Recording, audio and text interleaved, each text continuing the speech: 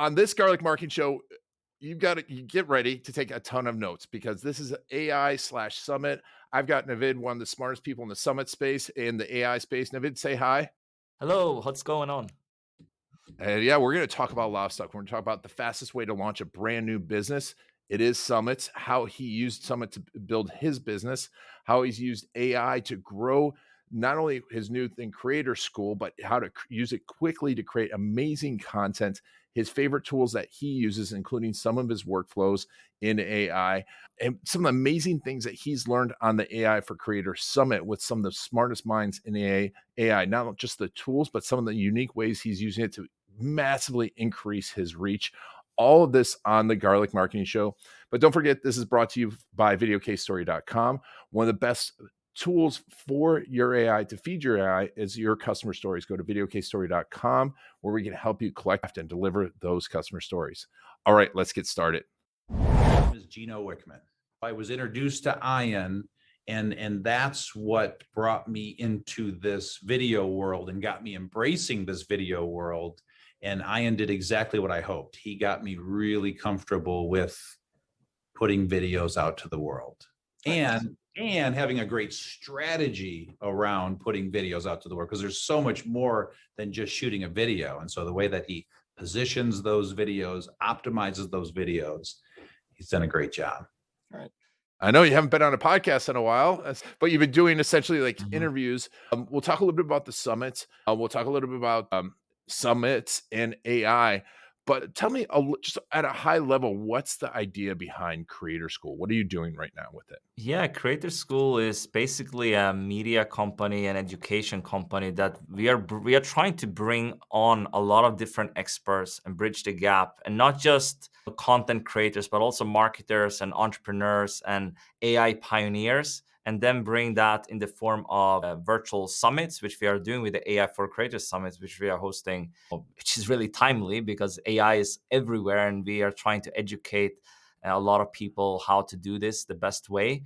I'm trying to build like this platform where I bring on different experts and they get a platform to share their knowledge on, because I'm really good at the marketing side. I'm really good at creating curriculums for different programs, but then we have some people that they might have created content for a while, they might be an expert, they have a lot of followers on Instagram, but then we can bring them into Creator School, bring them on for different summits, and we can even then afterwards create courses and stuff like that with them for Creator School. So that's kind of model. That this is a pretty common model that I've seen Masterclass, and there's Mind Valley and companies like that. So I'm trying to do something like this because that's my expertise. I've done this for 10 years, like doing summits. So I'm really good at connecting with experts, which we can for sure talk about how I'm doing for my summits.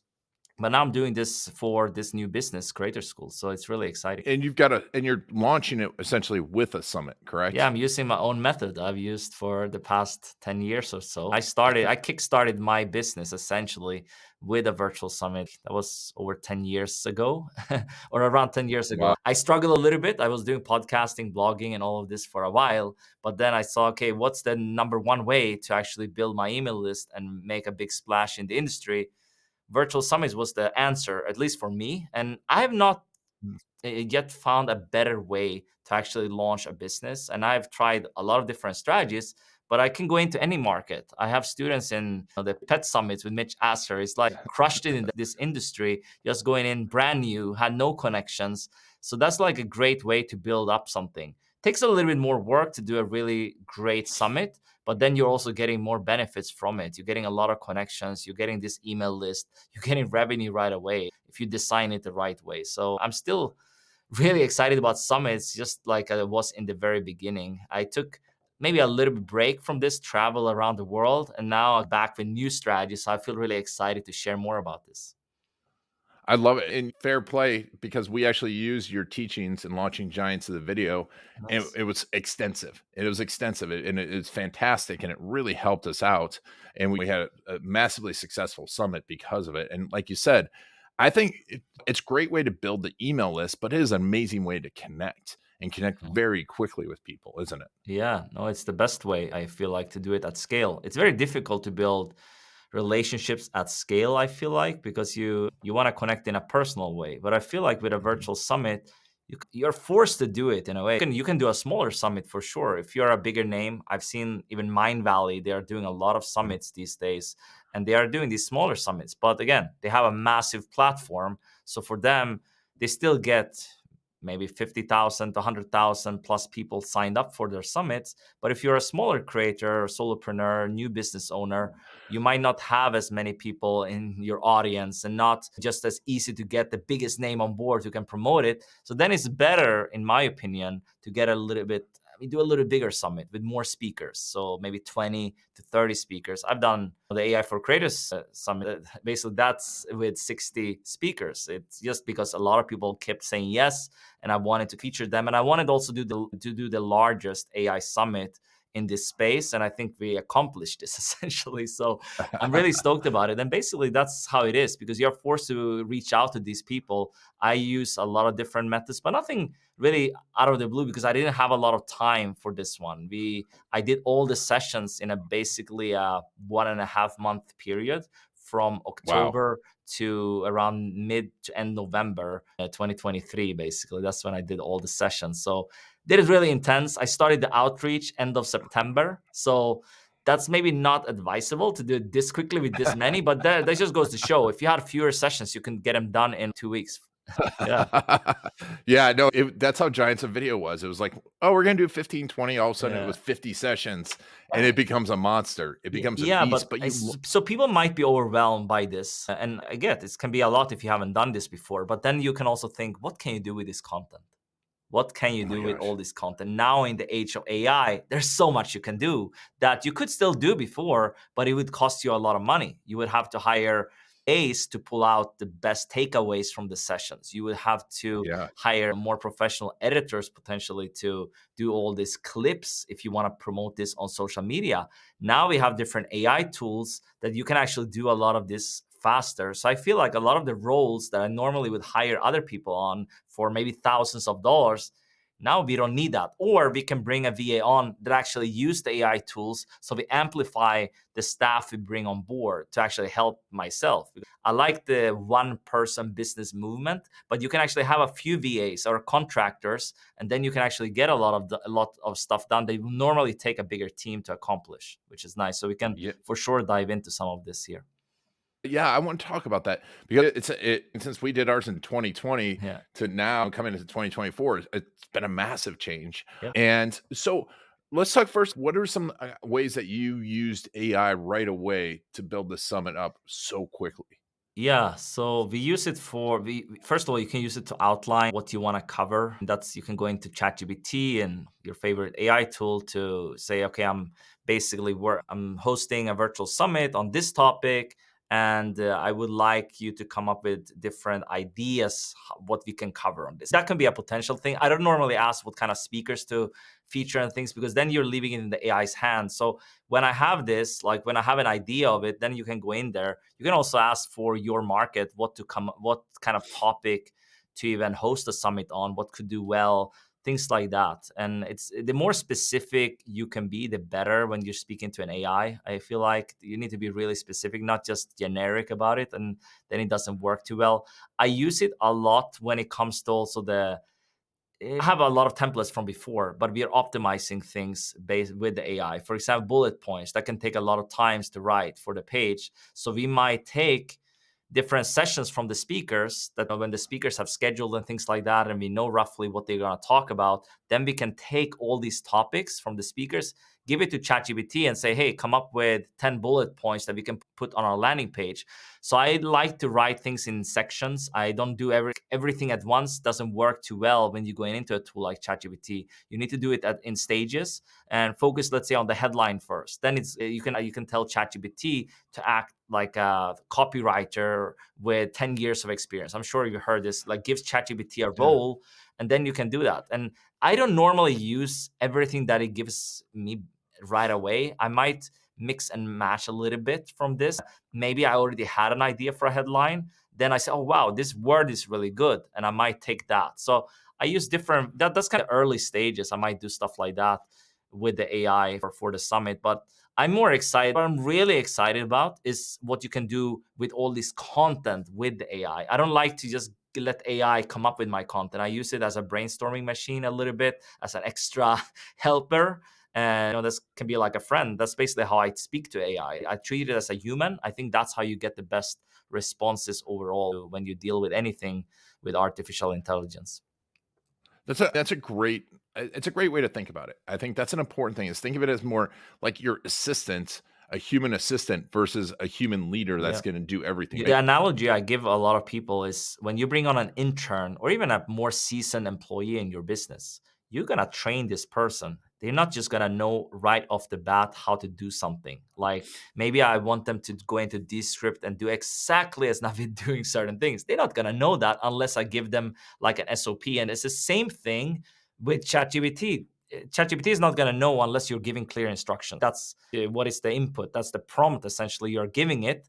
And if you give it a really bad prompt or input, then you're going to get really crappy output. Basically, garbage in, garbage out. And a lot of people talk about this. It's so true. And I think certain tools as well, they have prompts behind the scenes, which I like. A tool I use for my blog and stuff like that is Content at Scale. I love this tool because it's really simple. I can take, let's say we are doing this session now with you, Ian, here. And I think this is fantastic because you can take the link from a YouTube video and you can put it into Content at Scale, and it gives us this in-depth blog post, like 2,000, 3,000 words long.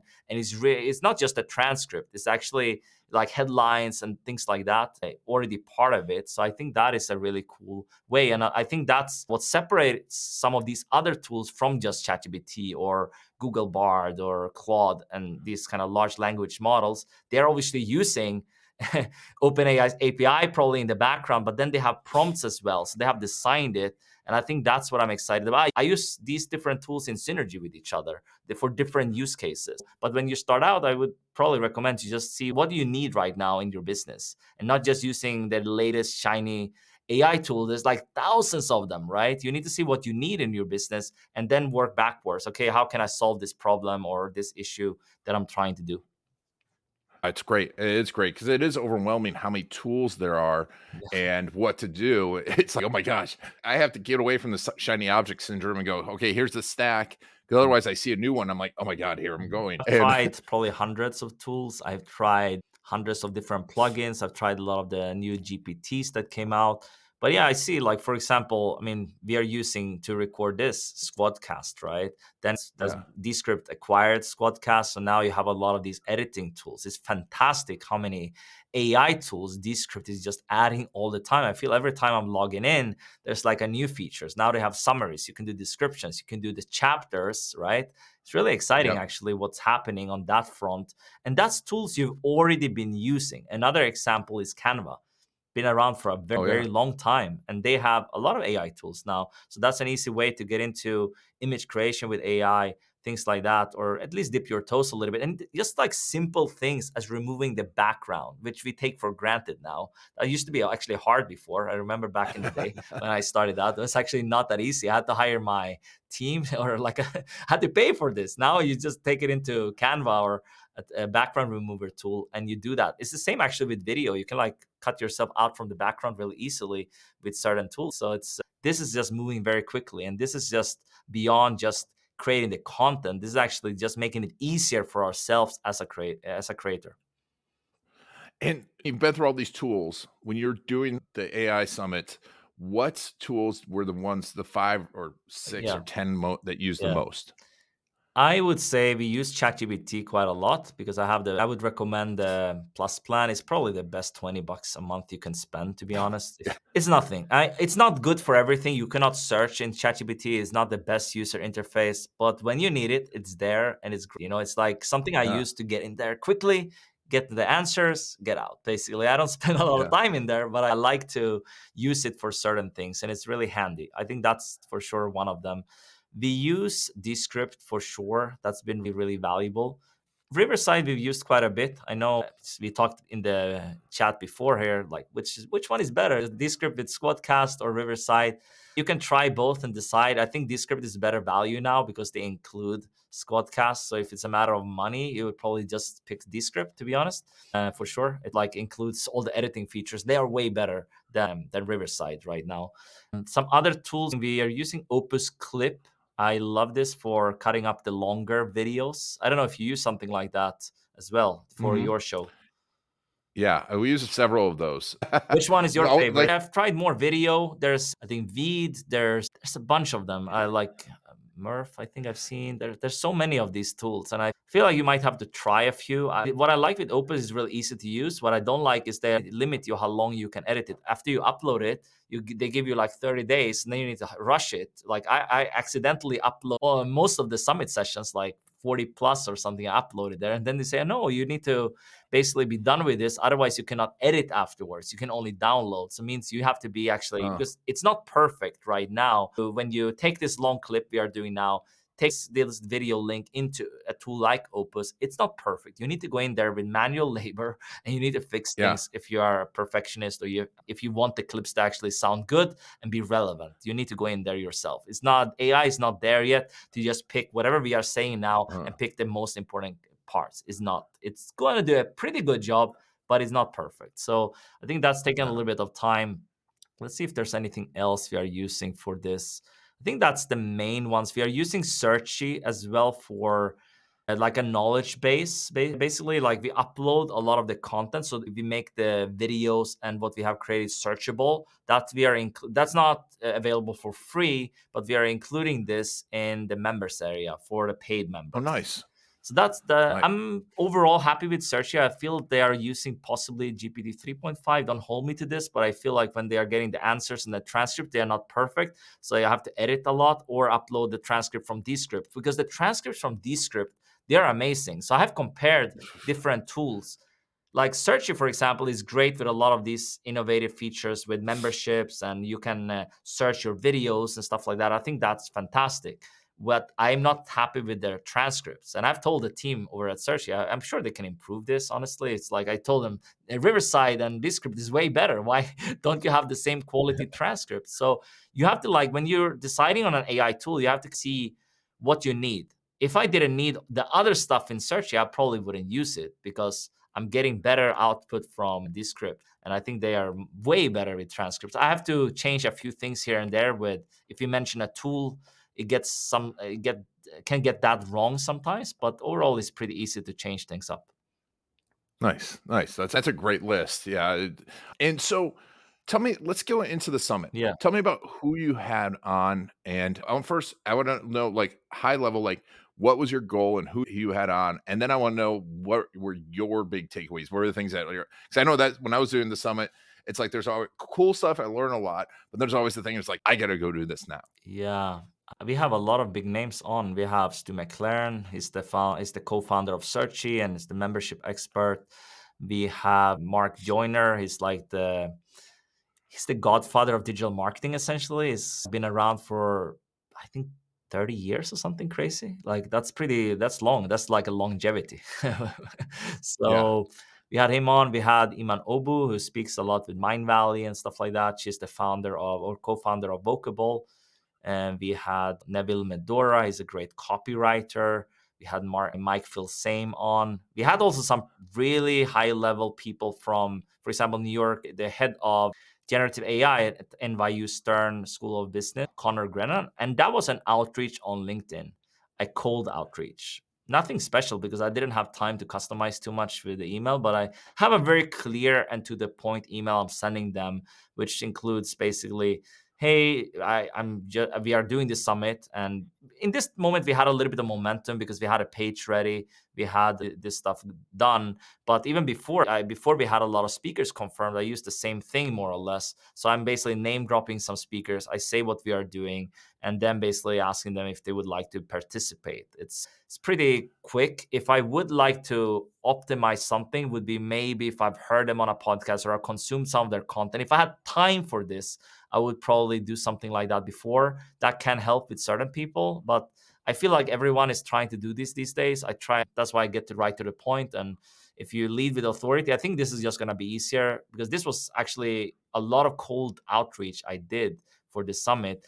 For newer summits or new summits we host for Creator School, I think it's going to be a lot easier, because now I have the website live, looks really professional. I can showcase, they're getting like their page on there as well. So I think, like, when you're leading with value and you have something really exciting that you're working on, it's pretty straightforward to get people on board, to be honest. It's just not everyone will say yes, but most people will if you just reach out to enough people. It's like a numbers game a little bit. I don't know if what you would Yeah. say based on your experience hosting your summit.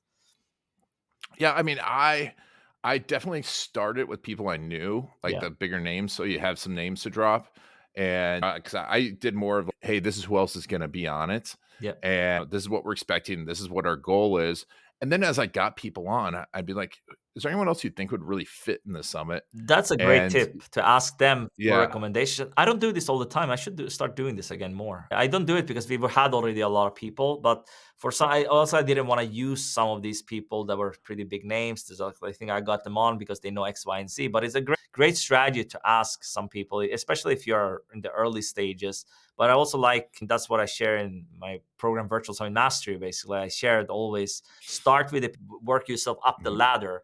I think that's great. And that's exactly what I did. I knew a few people, but I didn't have most of the people on the summit. They were cold outreach. Some of them were LinkedIn because I couldn't actually find their emails. I use tools like Hunter. There's another tools, I think Rocket Search or something. I don't know if you use tools like that, but I yeah, use tools like that to find the email addresses. I actually use mostly the free plan, but if you want really a bigger limit, you need to upgrade because you're gonna run out quickly. I'm just pretty good at guessing emails. I've done this a lot, so I'm just normally getting it right, but not always. But in most people, they do have their email address available somewhere, by the way. But some people, they make it really hard for yeah. some reason. So then you need to really search. I try to make it pretty easy for people to contact me, but with some people, it's more difficult. So I went on to LinkedIn. I actually signed up for one of their, I think, LinkedIn Premium, so I could actually contact people in the LinkedIn Navigator. I think that's actually really useful, and I didn't do that for previous summits, but for this summit, I had great success rate there. I would say most people I reached out to, they actually said yes to come on, and they were 100% cold outreach. Love it. That's fantastic. That's amazing because you have an amazing list. We'll put a link to it in the Yeah. show notes. I mean, it's definitely some leaders marketing. I love that you blended it up too, because you do see some summits where it's like, oh, it's all the same people from you saw them on the last summit, and Mhm. then they're on this summit, and then this One summit, guy and really excited about, his name is Armand Ruiz. He's like the head of AI, generative AI at IBM. That's a huge wow, name. Like he might not be well known in the marketing entrepreneur space, but he's he's been in AI for 10 plus years. That's before we started to talk about it in the content creator world with what yeah, we are doing, right? That was not just a thing, but the big corporations like IBM, Google, Microsoft, I mean, they have been working with this stuff for a long time, but they weren't calling it AI for any public things, but they have been working on this for forever because AI has been around since the, I don't know, 70s or something. Like they have started yeah. to do the research. So it's a long time, basically. And now it's just coming to the surface with all these different tools that are really useful for us as content creators. But I don't think it's even mainstream yet. If you go into someone at maybe a supermarket or someone working in a store, I don't think they are as familiar with how to actually leverage this in a day-to-day because maybe they're just an employee and they don't know how to use that yet. If you're an employee as like in the corporate world, you should probably use it to become more productive. And at least a lot of people in Google and stuff like that, for sure, they're leveraging AI tools. But for the average job, I think they're not really too familiar. And I think that might be more prominent in the future. So we are still really early. It feels like the early Yeah. days of crypto a little bit, or the early days of the internet. Early days of the internet for sure, like 1991, where it's like Yeah, but this is everyone's not like, a "What?" fad though. Like crypto is not a No. fad either. I'm a big proponent of crypto, but I feel like the crypto didn't reach. It's not prime time. It's not real. It's the utility that is the problem. I think AI Yeah. has real utility and people are using it every day. It's like real users. Like when you're talking Oh. about crypto and things like that, you're like, how do you actually use this right now? You don't really use it. You just hold it and hope for it to go up, which you might as well do. But I think with AI, it's already here and it's like Oh, it's gonna shape our entire future. I think really excited for this, and we can for sure dive into some innovations and stuff that we've seen, like with HeyGen, like you can like change the avatars and things like that. There's so many cool things you can do now with AI, and I think maybe even in the future we might have our clones doing an interview like this, which might be interesting. that would be interesting. Yeah. It is crazy. It's I go for like an hour walk every day, and half of the walk I'll be because you the voice to text with ChatGPT. I don't know if you've used that Oh on your yeah. phone. It's crazy. It's like kind of like talking to a person, Yeah, and it's because you can and actually you can get your thoughts across to someone, in this case the AI, and you can tell it to summarize what you're saying to. It's really nice. It's your thoughts, but you're getting it summarized. But of course, yeah, I spoke to the lawyer Peter Nevis, and there's a lot of legal aspects. You have to be really careful what you upload. Don't upload any sensitive data to ChatGPT or AI tools in general, unless it's in a closed ecosystem. Some of these tools are more closed. If you upload your data to, let's say, Searchy or a platform like this, like a knowledge base, it's your data, like you own it. It's not gonna, mm, you're not gonna train the model with this data. If you upload your entire business, Ian, like you upload, that's probably not yeah, something you want to upload to ChatGPT unless you want people to know about this. You want to train the system. If you don't care, fine. Like a video like this, it's fine to upload, to share the link to ChatGPT and things like that, because this is gonna probably anyway be public. But something you work with your team, maybe something you have maybe trademarked or something, or maybe a course, maybe you wouldn't use that with these public tools that you are training the model essentially. And yeah, yeah. that's more tricky. I'm not there's so many different things. There's even a lot of lawsuits going on with this, so it'll be interesting to see what happens in the future with this, because people are just scraping data and things like that. It's a lot of things going on, which will be interesting to see what happens. It is. It is crazy. It's like it's very interesting seeing what happens, Yeah, and in thinking forward. But I want to get into because you talked to so many people, talked to 60 sure. people, experts. What were like your 2 or 3 things that your biggest takeaways, and 2 or 3 things that you feel like you have to start doing right now? I just have to start implementing a lot of things that weren't possible to do before. Like I have a lot of content even from before. I'm very good at making the content I create pretty evergreen, even in this case for the summit about AI, which is not the most evergreen topic because it's changing all the time. I try to Mhm. make it so that this will last. So what I want to do is to take a lot of this content and repurpose it. I know how to do this before, but it was very time consuming, costly. Now with these AI tools, we are basically taking all of this, and we are doing this as we speak right now. We are basically taking this into Opus. We are creating different segments in written form as well, takeaways, action steps. So we can basically go all in for the other platforms. The video might go on YouTube, might go on the summit, right? That's like the long Yeah, form content we already created. The only thing we need for this, yeah, we need to get it edited, using Descript for this, but then we are taking these sessions and turn it into so many other pieces of content. I think that is the biggest thing and the biggest leverage if you're creating any long form content. You can go the other way around too. Like you have short form content, you are testing this on X, formerly Twitter, mhm, and LinkedIn, platforms like this, right? You can do that as well. But I'm a big fan of this long form content because you're getting all the short form content for free, essentially. You don't need to create anything else. And so that's what we are doing. A lot of people have said they're doing a similar thing, like they're creating the content and they're repurposing. And if you're seeing like some of these really big creators like Alex Hormozy, yes, he creates his content as well as sitting down and doing this short form content as well. But I think he's going on so many podcasts or doing these videos. They're just cutting all of this up. He has a big team doing this. You can also use some of these AI tools. It's going to be the same as an editor doing all this, probably not the same quality, but you can at least get out there on the platforms. And that was not really possible before unless you spend thousands and thousands of dollars. And I think that's yeah, one big thing I see.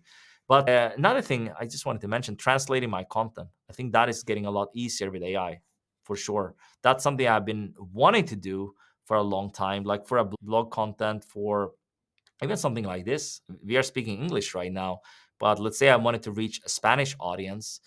They might read the captions, but most people don't do that. It's boring to do it. But if our lips were synced, or at least we had it dubbed, translated, I think that would be make it more engaging for someone else to watch. And we have seen some bigger creators on YouTube do this, like Mr. Beast has many languages. I've seen Lewis House in terms of like educational content is doing this a lot, but it's dubbed still. It's not just with the lips synced. And you can do this. It's just a little bit costly. What I think might happen in the future, and I think it's already starting to happen with Spotify and platforms like this bringing this in, because they know if we have multiple languages, what's going to happen? The people are going to stay on the platform longer. And that's what YouTube wants. They want retention, essentially, people staying on there. If we had a video and they're seeing this and they can switch maybe to the Spanish channel or language or whatever, then they will stay there longer. They will not drop off. So I think that's Mhm. something they will implement at some point. I don't know exactly when that's going to happen, but for sure they will integrate platforms like 11 Labs and HeyGen and things like that. I think a lot of tools will bring this in, so it will actually be a lot easier and still be engaging for people to watch and things like that.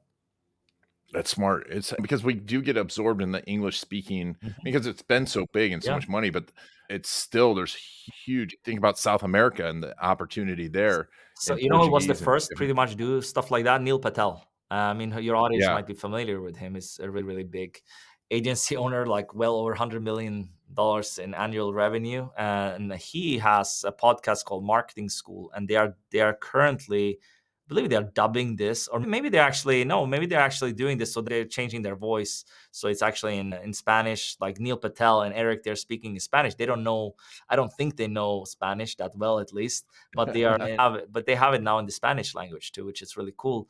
And they might have Portuguese as well. Neil has translated his blog forever, but that was very costly. So I think with different AI tools in the future, this will just get better, more accurate, the way you can do things like that. Also, the written form. If you bring something into ChatGPT, like a text, it will do a pretty good job at translating this, like even better than Mhm. sometimes like Google Translate is not always good, but ChatGPT can do a really good job at this.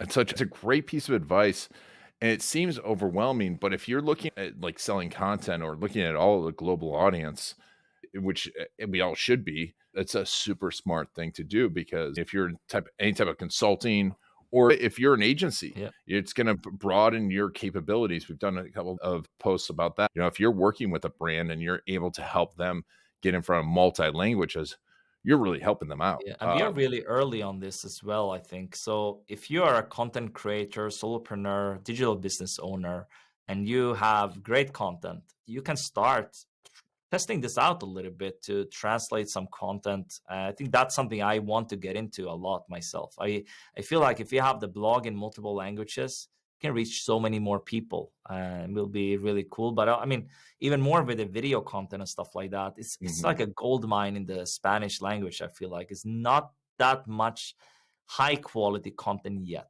like Yeah. for these topics I'm talking about, and a lot of maybe in your audience would be talking about, or even you. you Yeah. your show is great. Like you could translate some of the content, and then you can reach probably more people with it as well. That would also connect with what you are sharing.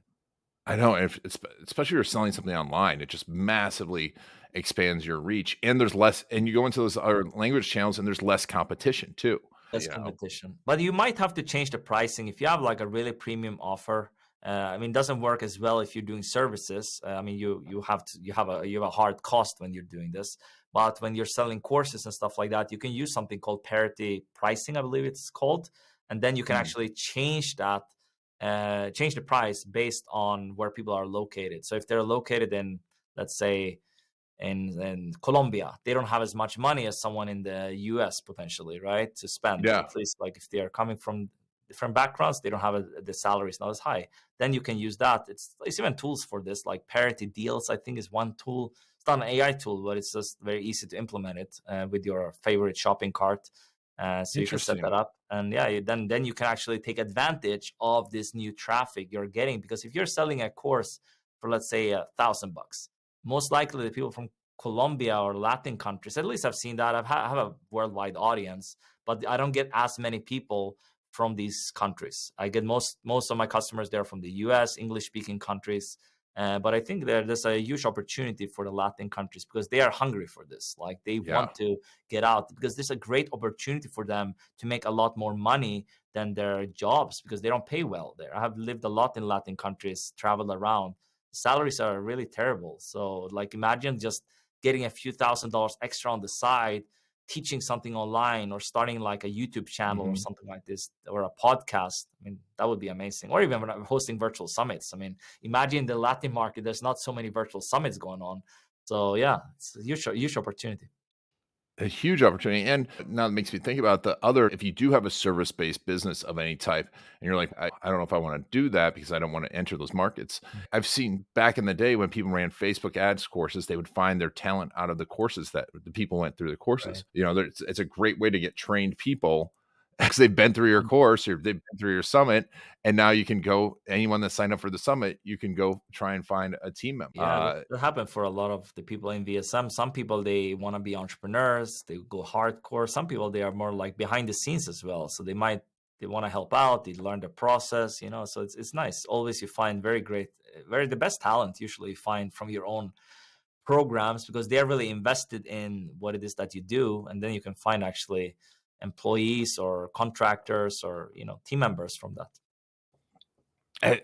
We've talked about so much, but that's such a high leverage thing that you just talked about, because and we talked about training and all that, but now that you've got someone that actually bought in to your process before they even come in the door, that's a high leverage thing to be doing for any business. I think something else that is coming is like we mentioned already this. Like there's tools like Searchy. There's also Coach Vox AI. It's also like a tool you can upload your knowledge. I'm really excited about this, because I think in the future what will happen, I think, is that you, first of all, you will be able to have your voice. So when you get these answers, you will have the voice, or maybe you will have even a video eventually, a video avatar of you. So if they want access to me, but I might be sleeping this moment, they still see, they type in, how do you host a virtual summit? Okay, this is 3 a.m. in the morning. Most likely I'm not up, or, and they want the answer now. They can still get the answer. It's going to come in a video for me using Searchy. But what if it would come in like I have a more customized approach? So I'm popping up there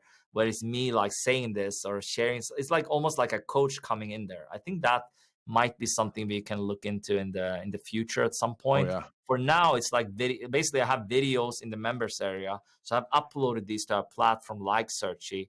So it's pulling from this, and Searchy basically works.